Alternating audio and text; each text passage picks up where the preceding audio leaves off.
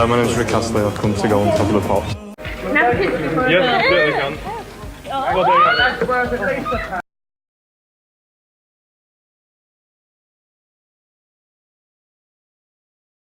You're gonna help me out, give you up, never gonna let you down, never gonna run around and desert you, never gonna make you cry, never gonna say goodbye, never gonna tell a lie and hurt you. The title, Never Gonna Give You Up, could be Rick Astley's motto for holding on to the prime pop spot. Good morning to you. Thanks for joining. How are you coping? Nice production.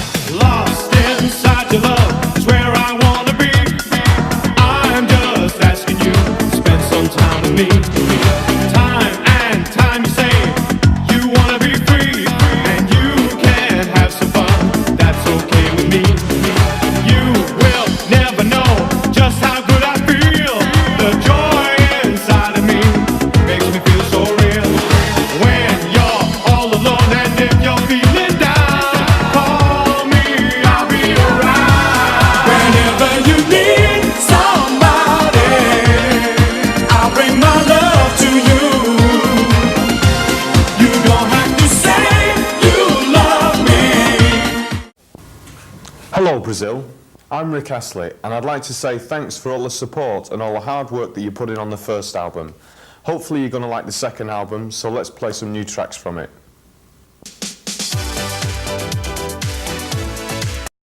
We've known each other for so long. Your heart's been aching, but you're too shy to say it. Inside we both know what's been going on. We know the game and we're gonna play it. I just wanna tell you how I'm feeling. Gotta make you understand. Those girls, do they follow you around everywhere? Yeah, I'm afraid so, yes. It's awful. That must be awful. It is, it's dreadful. You, the image you had, remember the image you... Thinking of the children. The children deserve our love. Thinking of. You better be thinking about the children. The children deserve our love. Better be, you better be. Thinking of. Better be the ones you love. You better be, you better be. Thinking of. Better be the ones you love.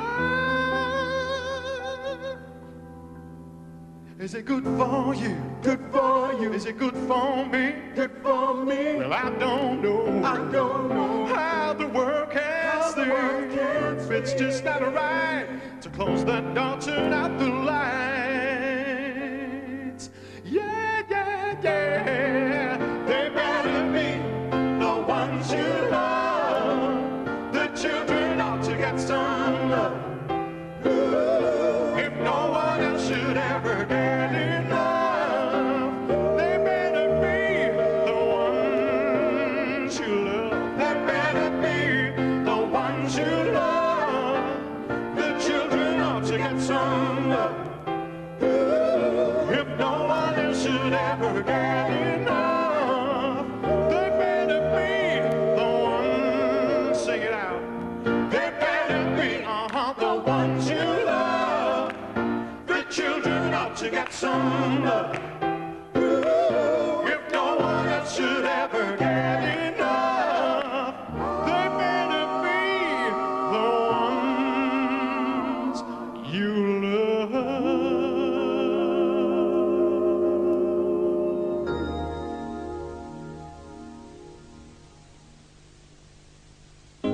I walk the wire every night. I can't decide between wrong and right. I lost control over the things I do, 'cause I'm hopelessly falling in love with you. Now the one who never took a chance becomes a victim of circumstance.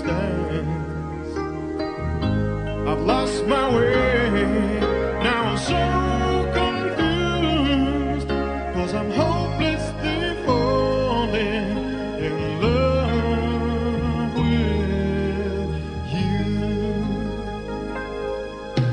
And all my dreams are far behind me. They don't matter anymore. I don't care about the things I could lose, 'cause I'm hopelessly falling in love with you.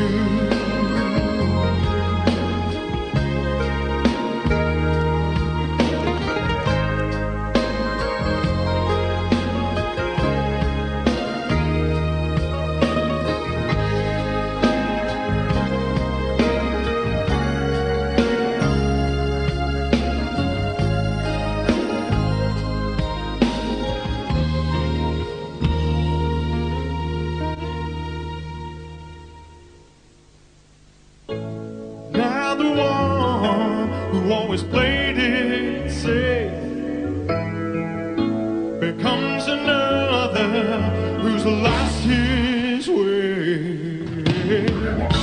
I can't believe it, although I know it's true, 'cause I'm hopelessly falling in love with you. And all my dreams begin to blind me,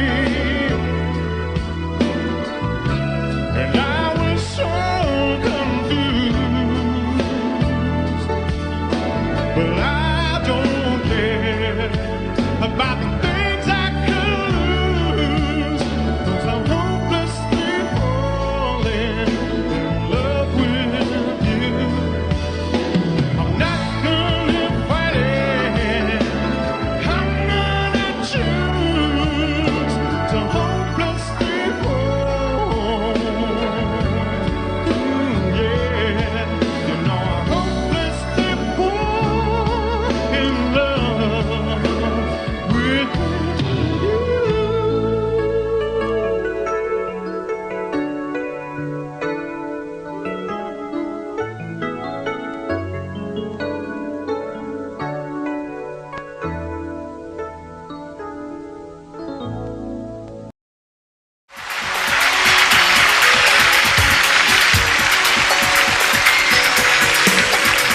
So dance.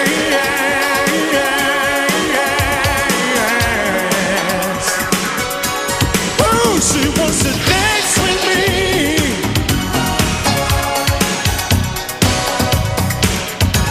Whoa, whoa, yeah.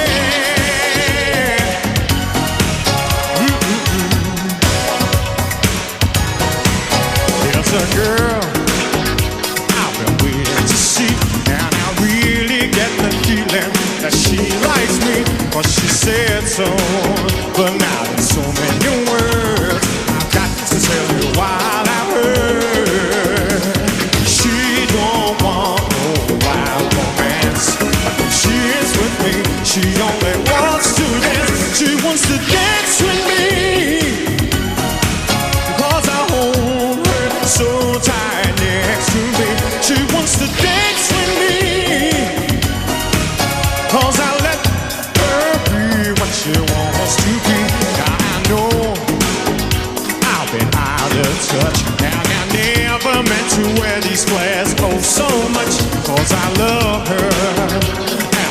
she loves me, and that's the way it's got to be.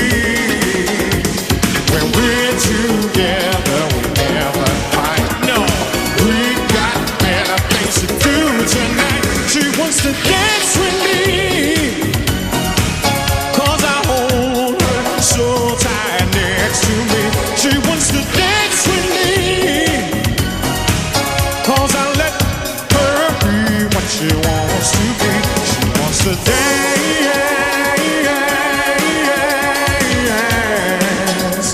One more time, girls. She wants to dance.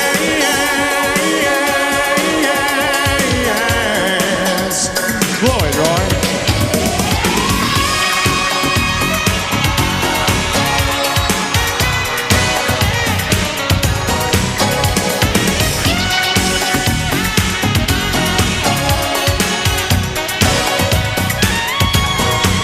She wants to dance with me,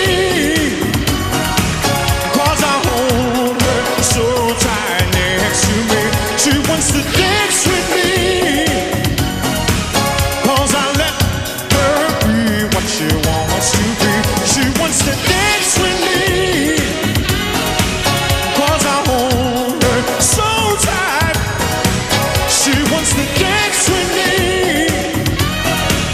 'cause I let her be what she wants to be. She wants to dance with me, 'cause I hold.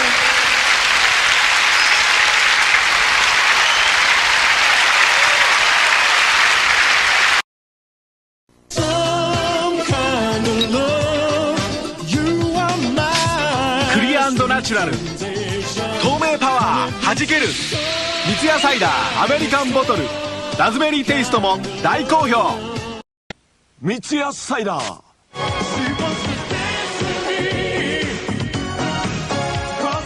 透明パワーはじける三ツ矢サイダーアメリカンボトル 350ml 新発売。三ツ矢サイダー Take me to your heart, never let me go. If you do what I'm feeling, you will not say no.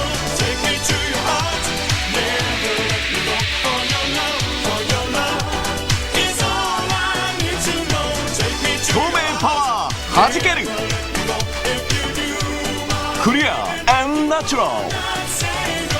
三ツ矢サイダーアメリカンボトル。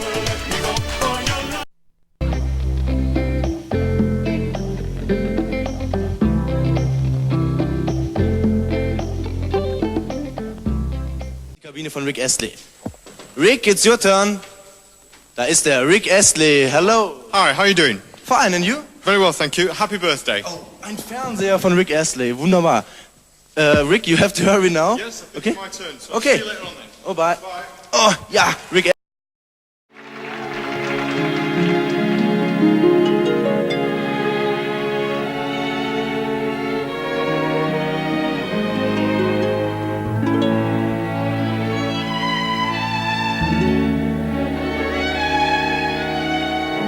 When I fall in love, it will be forever, or I'll never fall in love.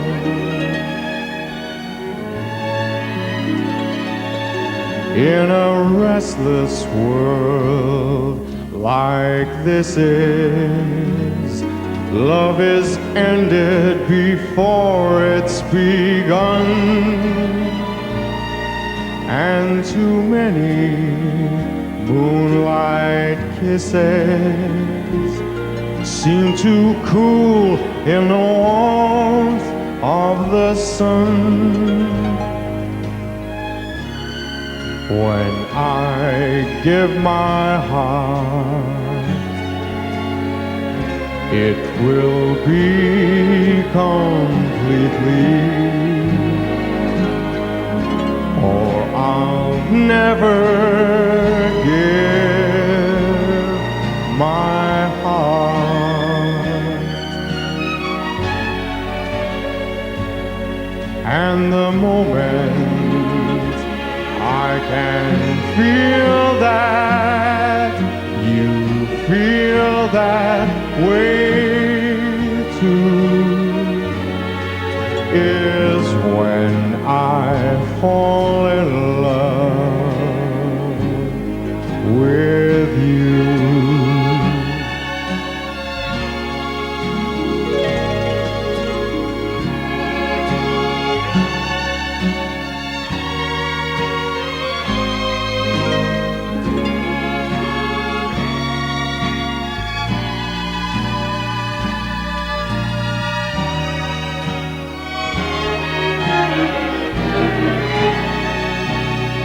And the moment I can feel that you feel that way too is when I fall in love with you.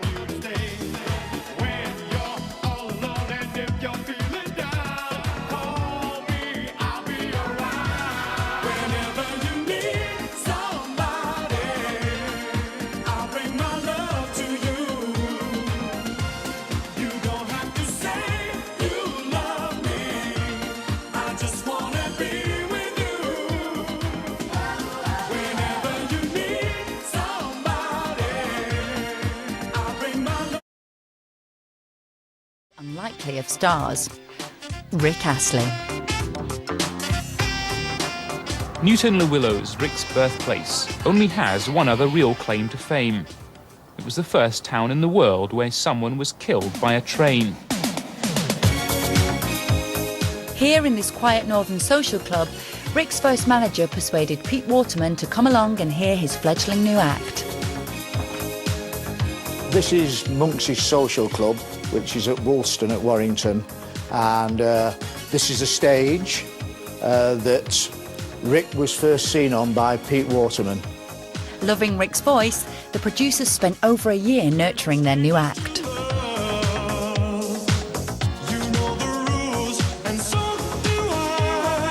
And in the summer of 1987, they were finally ready to launch the slick sounds of Rick Astley to an unsuspecting public. Suddenly everybody thought this was a black guy from Chicago, and it was a white guy with red hair from Newton-le-Willows. I mean, and you know, that was the shock. This was the shock.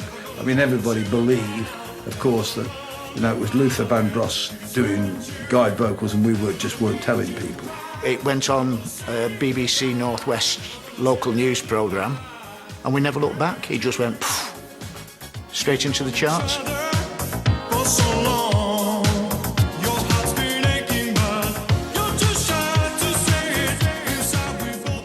My name's Rick Astley. I've come to go on top of the Pops. Oh, fine, right. If you'd like to go over to the studio, it's Studio 1. We found out it was doing Top of the Pops, and there used to be a store called Take 6 in, there was one in Kings Road, and there was one in Oxford Street. So we rocked off down there, me and one of the girls, and we bought on this navy blue double-breasted suit. That's what we did Top of the Pops with. Where are you from? Outside Manchester? Newton-le-Willows, it's called, just outside Warrington. Congratulations, thanks a lot. See you on set, all right. Okay, thanks. You can't stop a great voice with a great song. You know, you couldn't stop that record. Stand ovation 1. Count to 5. 8, 2, 3, 4, 1. We're no strangers to love. You know the rules, and so do I. The track knocked Michael Jackson off the top of the UK charts and stayed there for 5 weeks. The single repeated the same trick across the globe, making #1 in 24 other countries, including America.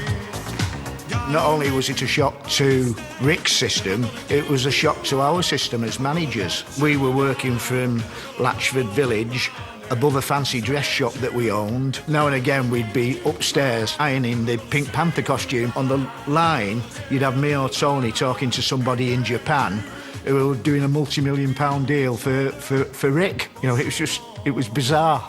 I was with, at the Hollywood Bowl, watching Rick, and Whitney Houston, you know, just thought he was so cute. Oh, what a love. And that was Rick, you know, that cute little dance he did. Everything was just magic about it. It just worked. Rick Astley's chart success brought the team awards.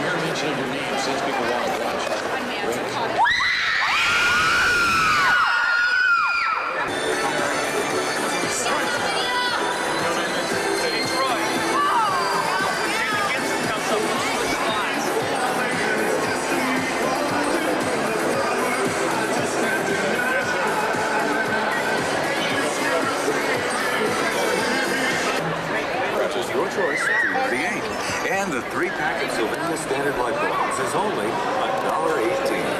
Remember, if you just make it a point to stop that's right. you'll save yourself time and money. In fact, you're going to find the savings so big, you'll need a shopping cart. You'll find 11 convenience stores to serve you, from Ever to Olympia. Drug and more.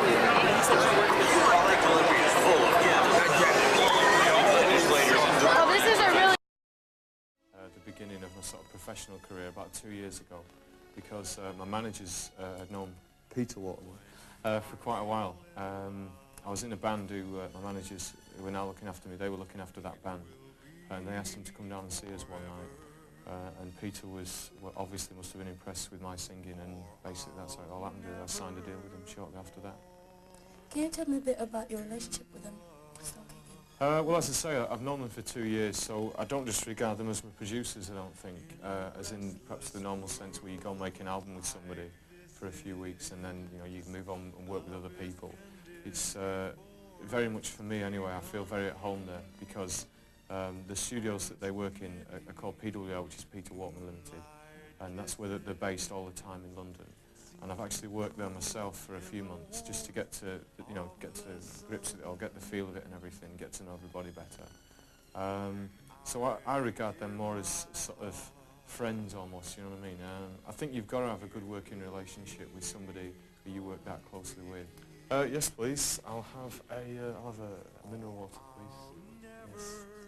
Mineral water as well, please. What was the first record you ever bought? It was I Feel Love by Donna Summer, but I didn't actually buy it actually. It was when I was about 12, I think, something like that, maybe a bit younger. I bought a pair of jeans, and the thing was you bought the jeans and you could go to the shop next door and you got a free single, you see. So I went in there and I actually liked it, but I couldn't remember what it was called, and I just said, can I have the #1 please? It was #1 at the time, you know. So that's the first single, I think. I know that you've been in Sweden recently. What do you think about it? I really enjoyed it. You don't really get to see a lot of, you know, the cities or anything. We were in Gothenburg, we went to Stockholm as well, and we went to a place called Mora, which is, well, I'll let you pronounce that later Mora. on. Yeah. To actually shoot a video for the third single. That's the old Nat King Cole song, When I Fall in Love. Whether that'll be, because it's a double A side, you see, we've recorded a new song altogether. Whether that will be the single, because it's a very Christmassy sort of thing in Britain to release, everybody releases a Christmas record, and whether that will happen on the continent and abroad and what have you, I don't really know. So. How did you feel when you got to #1? Dreadful. Really boring. What? Terrible feeling. No, it's very good. It's very good. Tell me now. Yeah, I don't know really, it's very hard to, I had nothing to compare it with, you see. I've never had a record out before, really, you know, a solo artist or anything. So when you have nothing to compare a #1 with, it's very hard to deal with, I think, really. I don't mean that in a pressure way or anything. I was quite happy about it, you know. But as I say, you can't really relate to it, I don't think. And I think it's only when I have the first big flop that I'll really appreciate the fact that I had a #1. You know, so. Tell me 3 things that you really like about yourself. There aren't any. 3 things. 3 things I really like about myself. Oof. I think I'm quite an honest person. I think myself. I'm proud of the fact that about the image thing. You know what I mean? I'm proud of the fact that I think we've made a good album. We sold records simply because people like the records. I mean, obviously there must be a certain element of people, if you like, a fan. You know, I must have some fans somewhere in the world, you know. But I don't think that is the reason why we sell records, and I think that's one of the things I'm really sort of proud of. The third one. I can't really think. I think I'm a bit of a shy person, especially when it comes to talking about myself and, you know, personal things, not really into it. You still got your girlfriend? Sure have, yeah. Back She won't be home. watching Swedish TV, hopefully, so she won't have heard that one.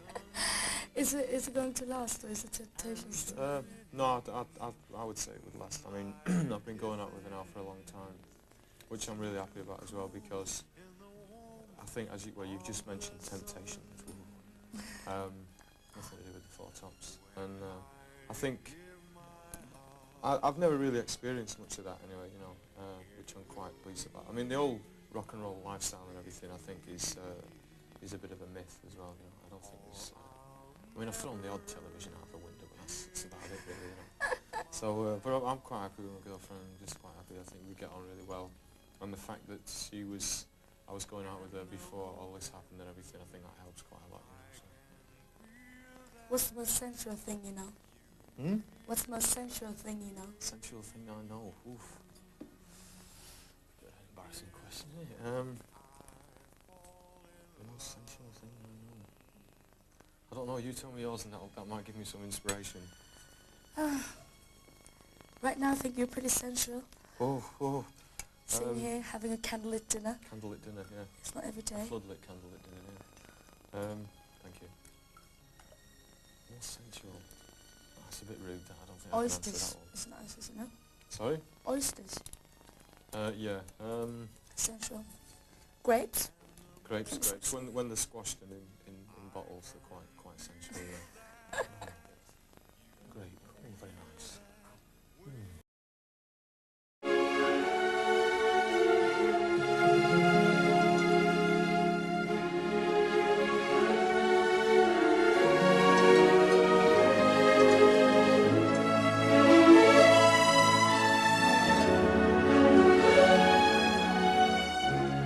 When I fall in love, it will be forever, or I'll never fall in love. In a restless world like this is, love is ended before it's begun, and too many moonlight kisses seem to cool in the warmth of the sun.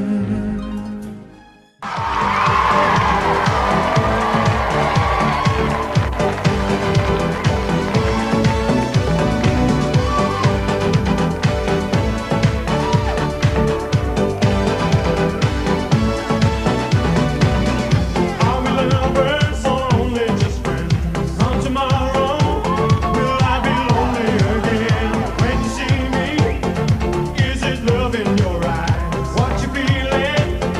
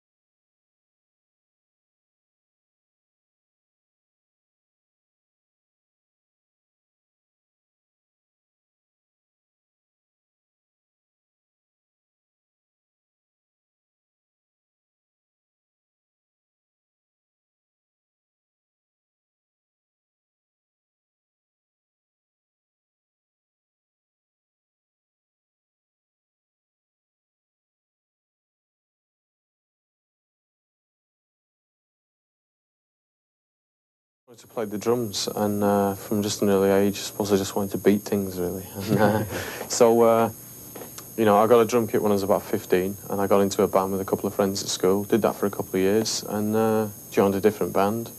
And became the singer because I had to, really, because the other guys in the band who were doing the singing weren't particularly very good. And also because I started to write songs at that point when I was about 17. So, obviously, you know, because of writing the songs and everything, it became a natural progression just to become the singer. So I did that for a year or so and what have you, and one night, basically, a producer came along, Peter Waltman, to see us playing in a club, and he said I'd like to sign him as a solo artist to the guy who was managing us, and still manages me now. So very usual sort of rock and roll story, really. Songs that I want to sing, the way that I want to have them produced, all the different things, you know, where we want to go and do the recording. Just so many avenues have been opened up since, you know, leaving Stockholm. Rick, the new LP, Hold Me in Your Arms, a labour of love, no doubt. What can people expect on it? It's super hip and dead groovy. Groovy. So would it be fair to say you were a Manchester soul boy then? Well, you might get yourself into a fight over it if you did. But no, yeah, I suppose. I'm not a Manchester soul boy, no, and I'm not exactly from Manchester. And your apprenticeship was quite unusual in a way, because rather than thrust you straight into the limelight, you sort of learnt the ropes, didn't you? Yeah, it's called being a tape-op, basically. But rather than offend the tape-op profession, I made tea, basically. Because I didn't really have the time to learn what a tape-op has to learn. Because the time that I actually came around to recording the stuff, I felt very comfortable about the surroundings and about everybody in the building, not just Stock Aitken Waterman, but even to the girls in the office and everybody, you know, so. But songs like Never Gonna Give You Up almost became an anthem for perhaps a new generation of record buyers. I don't know about that. I mean, that's taking it a bit far, but a little story here, folks. I was actually in Manchester with my manager, and we were just basically walking along the street, and an American girl came up to us. She said, I've been over it. This was just when it hadn't been out very long, and she said, I've been over here for a few months, and do you know what's going to remind me most of England? And I said, what? And she said, your song, Never Gonna Give You Up. So that sort of blew me away, really, and that was really, really nice. Yeah, so. But, so it concerns me, for instance, about, who we're going to have doing the monitors. Well, what desks is he going to use? Well, why is he going to use that reverb? I can't, but I really enjoy it, but I just can't bring myself to just shut up and get on with my part. I'm interested in all of it, you see, which I think every artist is, you know, and it'll be enjoyable for them to go along and see what we've done to some of their songs as well. No, we were talking about the new LP, Rick. There were stories that there was a fire down at the studios and that your tapes were lost. Yeah, that was true, basically. We were recording in a place called The Workhouse, which is owned by PWL, or half of it is. And while I was away on holiday, the place burned down. So the idea was I'd come off holiday, and we would have had 4 tracks mixed by then, because we'd finished all the recording side of it. So basically we'd be like practically halfway through the album. And I got a phone call when I was on holiday from a manager. And he mentioned a few things. He said, oh, and by the way, the studio's burnt down. So yeah, the tapes did get destroyed, yeah, which was quite a setback, really. And in the recording schedule, obviously, it took about 4 weeks out of it. Having said that, in some ways, what we had to do then was a lot easier, because we'd already recorded, stripped down and ripped apart the songs. So basically, we knew everything we wanted to do now. It's just a case of doing it. Whereas when you're actually doing it from scratch, it's like, well, what are we going to put here? What are we going to use for the pad sound there? All that sort of thing. So at least we knew what we wanted, so it was a hell of a lot easier to re-record it.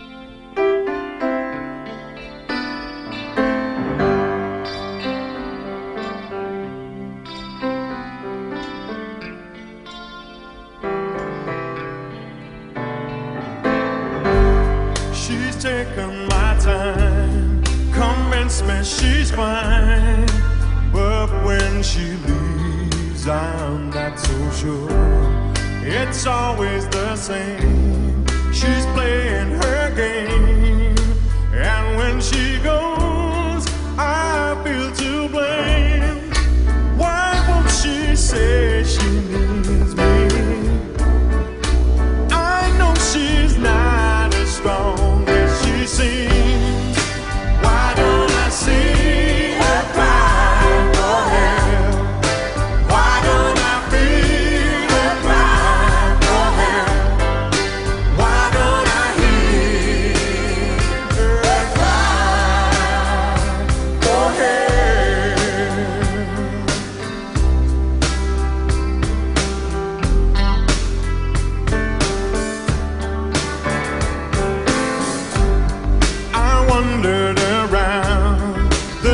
inside this town, trying to find sense in it all.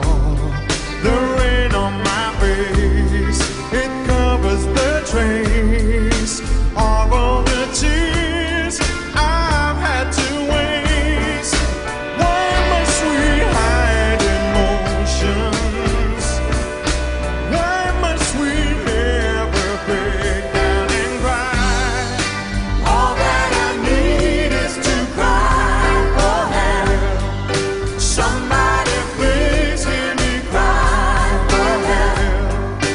All I can do is cry for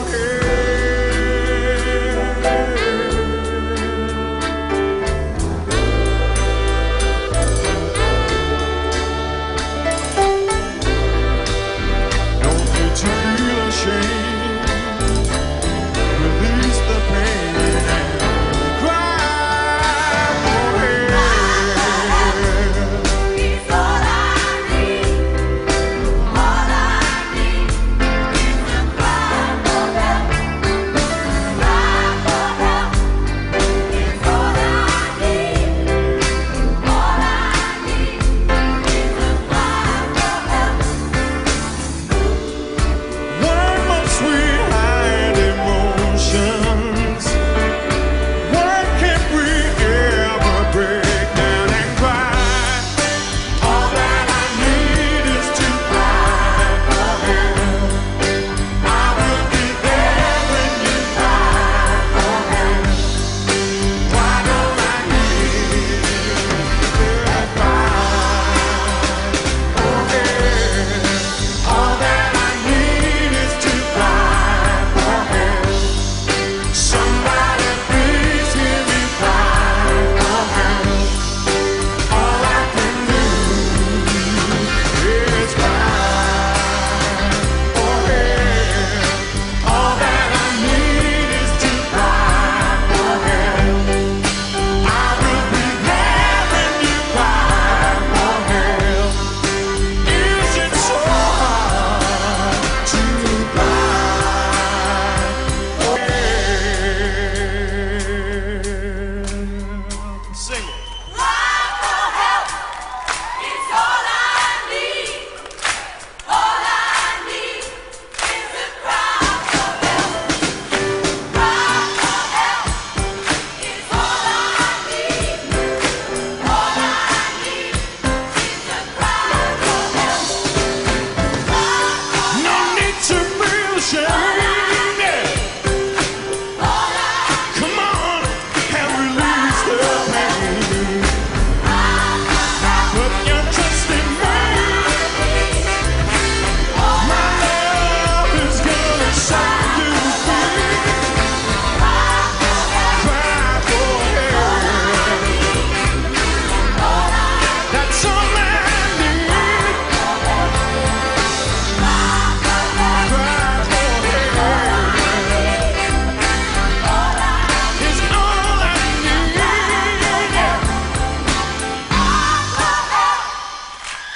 Thank you.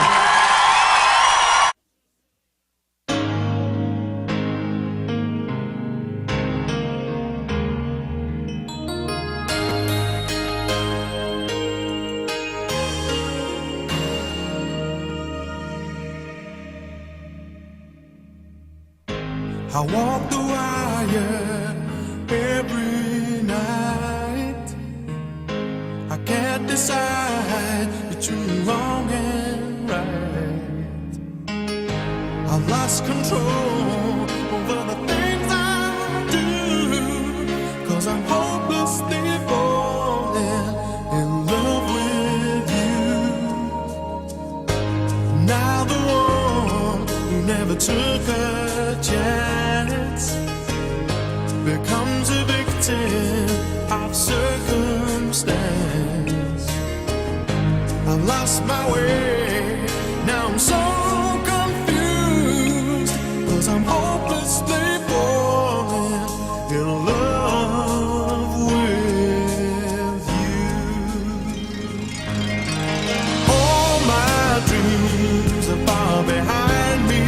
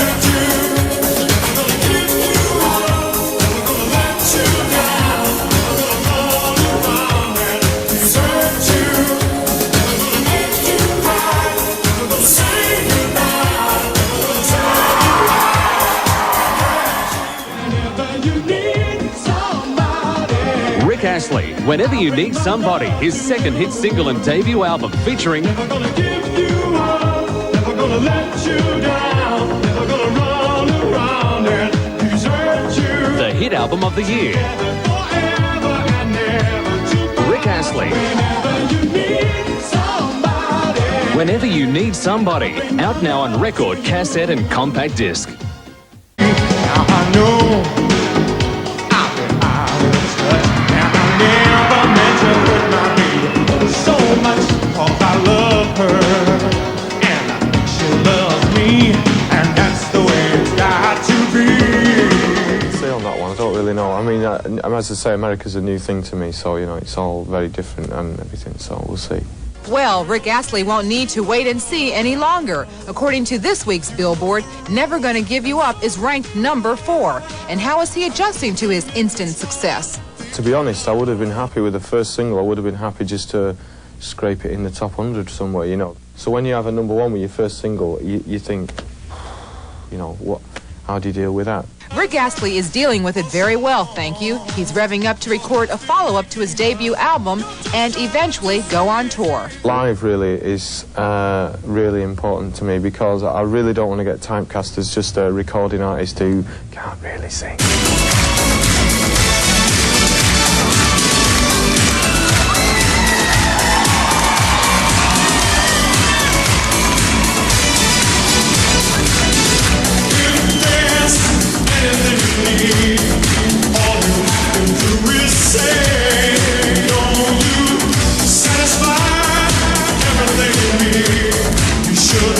Single day, so don't stop me falling.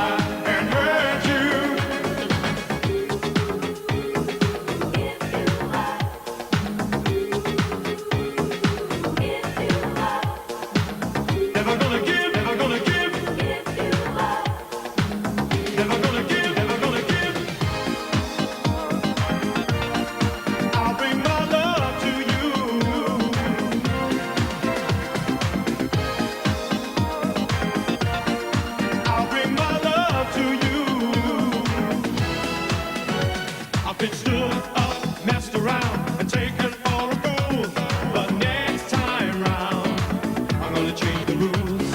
And I don't care about the things that people say. It's you I think about each and every day. It's much too late for you to change your ways. I can't keep holding on, expecting you to stay. When you're all alone and if you're feeling down, call me, I'll be around. Whenever you need somebody, I'll bring my love to you. You don't have to say you love me, I just wanna be with you. Lost inside your love is where I wanna be. I'm just asking you to spend some time with me. Time and time you say you wanna be free, and you can have some fun, that's okay with me. You will never know just how good I feel. The joy inside of me makes me feel so real. When you're all alone and if you're feeling down, call me, I'll be around. Whenever you need somebody, I'll bring my love to you. You don't have to say you love me, I just wanna be with you. I'll bring my love to you. I just wanna be with you. I'll bring my love to you. I just wanna be with you.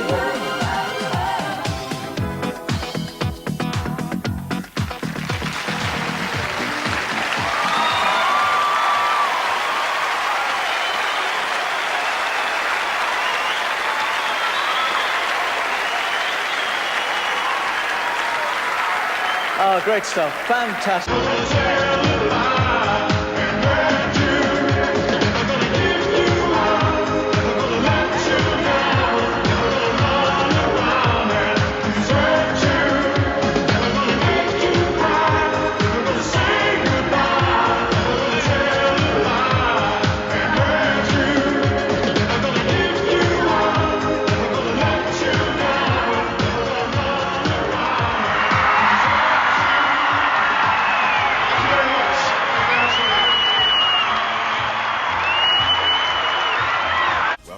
Thank you.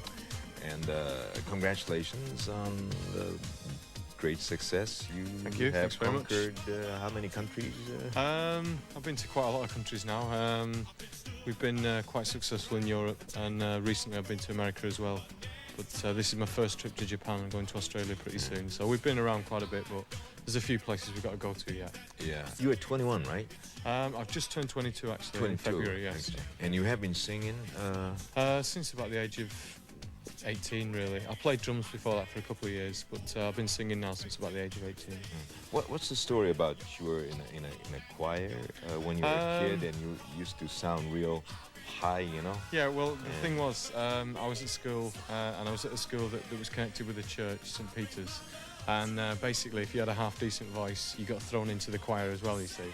So it wasn't something that I particularly wanted to do. I was only about 9, 10 or 11, something like that. So it was just that I happened to mention it once in an interview and blown out of proportion as per usual, you know. So. You didn't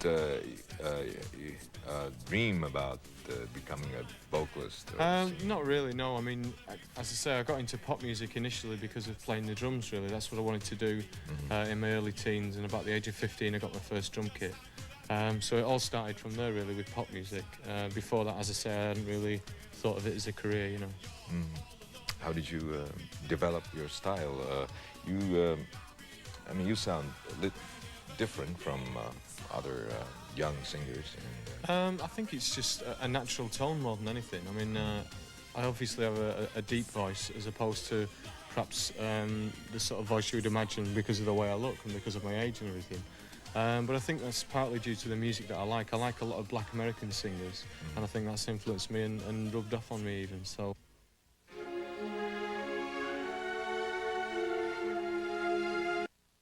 tell us about the very famous three people who are backing you up. Yeah. What are they? Producers, basically. The names is Mike Stock, Matt Aiken, Pete Waterman, Stock Aiken Waterman. And my managers have known Peter Waterman for a long time. So when I was about, as I say, when I was about the age of 18 and 19 and I was singing in a band, the managers of that band, who are my managers now, asked Peter Waterman to come down and see us playing in a club. So when he came down, he was interested in me as a solo artist as opposed to being in a band, because we were very young, very immature, and really there was potential, but I think it was plain to see, without me sounding big-headed, that I was perhaps a singer in a band that I don't know really. I think there was more to it than that. I think the musicianship just wasn't up to scratch really. So basically, I signed a deal with his company, and I'm now produced by Stock Aiken Waterman. They write a lot of my songs as well. They wrote half the songs on the album. And they are very big producers, well, throughout the world, but especially in Europe at the moment. So. Yeah. How do you work? I mean, do they just give you the sheet of paper? Here's your music. Well, when they produce their songs for me, or for anybody that they work with, they have a real great control in what they do. When I do my own songs, it is slightly different because I've got more control because they are my songs, and they're sometimes produced by other people in the same company because it's actually a production company that they have. Right. But it's almost like a machine the way they work, the way that it's like a conveyor belt of artists, going back to almost like a Motown situation where the same people were writing and producing and almost doing everything, because it is even now a record company in itself, so they're almost self-sufficient, practically, you could say. Yes, my pleasure. How are you? I'm not too bad, really. Long promo tour? Yeah, it's been a few weeks now. We started off in the States, actually. We started off in New York, so it's been quite a few weeks, but I'm going to get a bit of a break before we start the tour, so I'm not complaining. That sounds wonderful. Well, I think goes without saying, if you take a look at how many albums you've sold here in Canada, that you have a very loyal following. So it's good to have you. We're disappointed that you weren't here the last time, but it's great to have you here right now. No, we did mean to try and get up to Canada a couple of times. We actually were even sat on a plane once trying to get to Canada, but really? Certain things happened that the plane didn't take off and everything, so we ended up going home instead. Well, all that counts is that you're here right now. Yeah. Rick, I mean, there's a lot of things that we can talk about the collaboration with the various producers and the various writers on your albums and stuff, but people are dying to know. I'm interested to know, in reeling in your beginnings, because I know how you were discovered and stuff, but I know that you also did Beatle cover tunes and stuff like that. How long did you know that singing was what you wanted to do with your life? Well, first off, I wanted to be a drummer, really? And I played drums for about 3 years in a band. I started playing drums when I was about 15, so really I was just interested in music, and drums really suited my personality, I think, really, because I'm a real sort of mean person, No, I find that hard to believe. So, I am pretty quiet, I am pretty shy. I just like the whole the atmosphere of playing the drums and everything. So as I say, I got a drum kit when I was about 15, joined a band with some friends at school, and because I started writing the songs, that is basically how I became to be the singer, really. I didn't particularly want to be the front man or anything, but the bass player was no good, so somebody had to do it, and so that's how I came. But did you always know that you had a facility with vocals? Because you have an incredible voice. I mean, that's always... Thanks. Well, I always thought, as I say, that I was better than a lot of people who were singing in the different bands, was in things and everything. But I think I would have been, just as happy for us to find a really good singer and everything, and somebody who wanted to do it. But as I say, as the years went on, and if you like, I developed as a person and what have you, become less shy as you get older and stuff, And so I just sort of stepped into those shoes, really. What about your first two bands? What type of material were you doing then? Pretty awful material, really. Yeah, we did covers and things, and you mentioned the Beatles and stuff, and when you're 15, somebody gives you a songbook and you get hold of the guitar and you go, right, and you just, you literally pick up anything you can. So obviously Beatles songs were easy to do and things, everybody knew them. But we did anything really, any kind of stuff, but it was always guitar based, because that's what we were. We didn't have any keyboards or anything. Nobody could afford keyboards. That's right, the good old story. So that was how we got started, really, doing really simple stuff, and then as I say, I started to write the songs.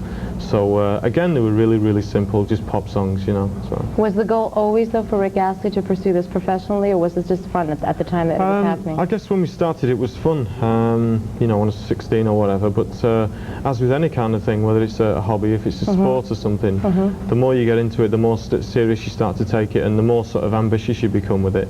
And then when people actually start to listen to you and start saying, you know, you're okay, you've got something or whatever, then it becomes less of a hobby and more of a passion and a career, really. So, and that it just happened naturally, I think, really. There's a lot of people who, you know, when an artist comes out and has a hit on the Billboard charts or whatever charts that may be, a lot of people come and say, wow, you know, overnight sensation, this guy's just made it big and stuff. How do you feel about that sort of thing? Because for the most part, they're not overnight sensations. People have been around for 10, 15 years struggling. But I think everybody, to a degree, is an overnight sensation, because everybody has to have that initial break. Whether it be their second or third record deal, they have to have the break that literally says, boom, there you go, you've got a record in the charts. So everybody, to a degree, is an overnight success. It's just that they may have put a lot of hard work into it prior to that.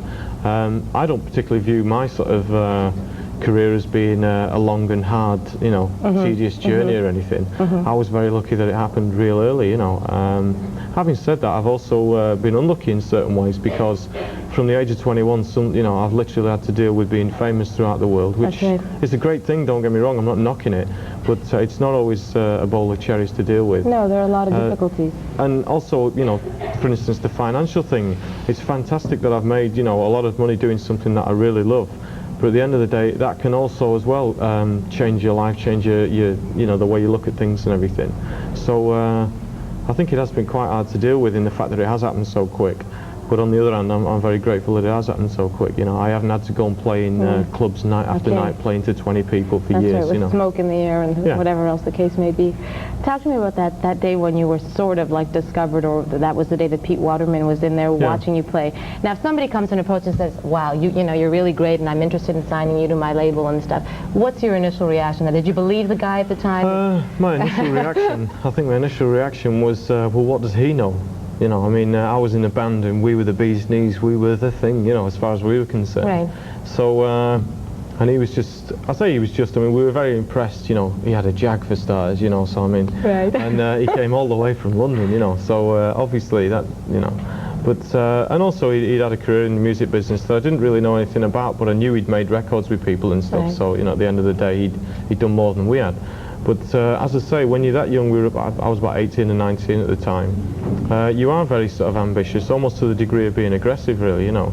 So the idea of him saying, well, I like the singer, I don't like the band, that was a bit of a put-off at first and everything. But as time went by and I thought about it, and I thought about the fact that I wrote all the songs, and I was the bloke in the band, really, who made the waves, who pushed people. You know, as time went on, I gradually said to myself, well, I'll go and listen to what he's got to say, really, and that's how it all started, really. I'm going to do a little bit of translation. We're going to take a look at one of your video clips, of course, the one that was first released and was a mega hit for you. All right, this is going to be great. It's our special guest. He's 21 years old. He's only been in the USA for less than 24 hours. He flew in last night. His single, Never Gonna Give You Up, has gone to #1 in 11 countries. In fact, it was the #1 single in England in 1987. Would you please welcome RCA recording artist Rick Astley.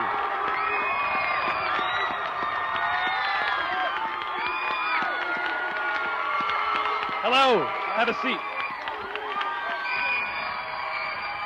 As you can tell, we are really glad to have you with us today. We've been dancing to your song for quite some time, and we're thrilled that you're here. Your album is called Whenever You Need Somebody. The single is Never Gonna Give You Up. I've got 3 of our lady regulars seated to my left, ready to throw some questions your way. Are you ready, Rick? I'm as ready as I'm going to be, yeah. All right. First young lady is Tina.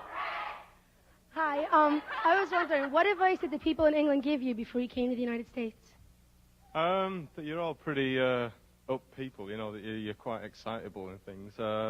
I think that in America people are a lot more open, I think, than what they are in England. You know, people are a lot more reserved in England, so, but I don't think you can prepare yourself for you lot. You know. Okay. This young lady with the second question is Kelly. Hi, Rick. I know that in England, teenagers are almost always referred to as belonging to a specific group, like punks, skinheads, or teddy boys. I was wondering, when you were a teenager, did you belong to any specific group? Not really, no. I mean, in my teens, I was in bands and stuff. I used to play the drums in a band at school. We never really followed any kind of fashion. We just sort of did our own thing, really, you know. So. Okay. And last but not least, the lady with the big earrings is Cindy. Hi, Rick. I really love your song, Never Gonna Give You Up. My question to you is, what kind of woman would you never give up on? What, you mean besides yourself, you mean? Well, I'm quite a quiet person, so... And I think I tend to like girls who are quiet themselves as well, so... Yeah, I like quiet women, really, you know. I'll tell you something, we are really excited because we're going to have Melissa take you to your position on the set, and this will be the first time that you've ever sang the song here in the United States, right? That's right, yeah. So it's the United States of America debut of Never Gonna Give You Up, just minutes away. Melissa, get him to his position while I give you the address here. Looking forward to it, Rick. Nice production. Sports. Hi. How are you doing? I'm very well, thank you. Nice to have you here in the studio. Nice to be here. Please tell me the true story about your entry into the pop business.